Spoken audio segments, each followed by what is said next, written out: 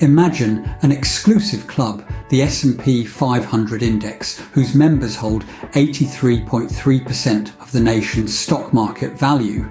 Sounds impressive, right? This esteemed list, dating back to 1957, is a benchmark for investors everywhere, guiding the allocation of trillions of dollars in investment. It's like the who's who of the corporate world, celebrating the 500 largest companies by market capitalization. But the journey of joining this club, as a study by Bennett, Stolz and Wang in 2020 uncovers, is not as straightforward as it appears. When a company first enters this exclusive circle, its stock prices typically enjoy a surge. It's a fanfare of sorts, a celebration of their new status, and investors rush to partake in this success story. But like the fading sounds of a party, this initial glow doesn't last forever. In the long run, the picture isn't as rosy.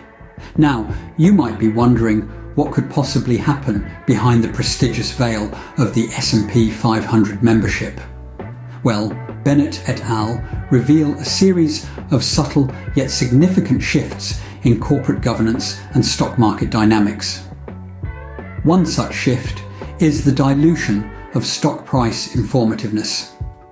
As a company becomes part of the index, the insight that its stock prices provide about future earnings diminishes. Why does this happen, you ask? It's due to a rise in passive ownership.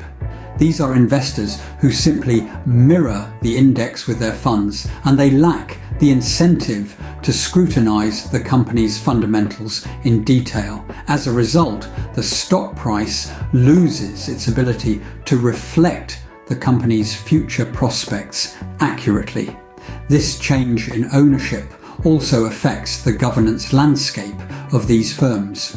With more passive investors, there are fewer active, informed shareholders, those who traditionally monitor and influence company management. This can lead to decisions that prioritize management interests over shareholder value. So, the S&P 500 membership, while prestigious, comes with a shift in corporate governance and stock market dynamics that may not always be favourable.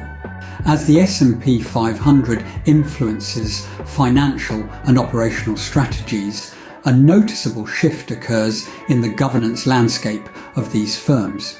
That's right, being part of the elite club of the S&P 500 isn't all sunshine and roses.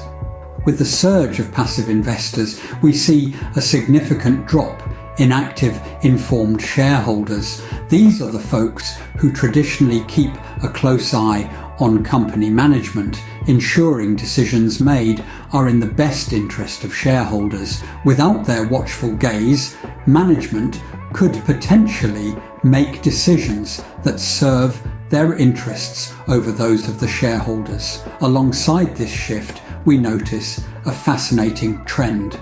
Firms start to align their policies more closely with their index peers.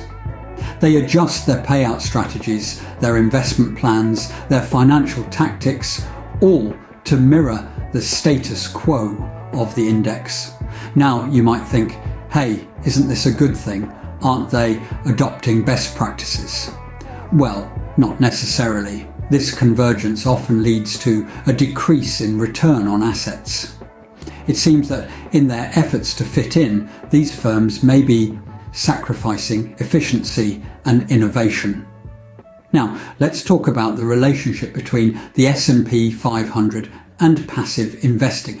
Passive investing through index funds has become increasingly popular, making investment more accessible to the masses.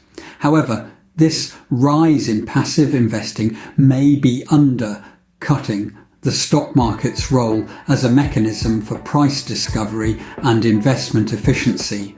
As more and more investors adopt this passive stance, the feedback loop that prices provide about corporate performance and prospects becomes diluted. The findings from Bennett et al. 2020 reveal the intricate dynamics of index inclusion and the nuanced implications of passive investing. This calls for further exploration into the causal mechanisms. Are these shifts due to the investor base or other factors? It seems the prestige of the S&P 500 membership comes with its own set of risks.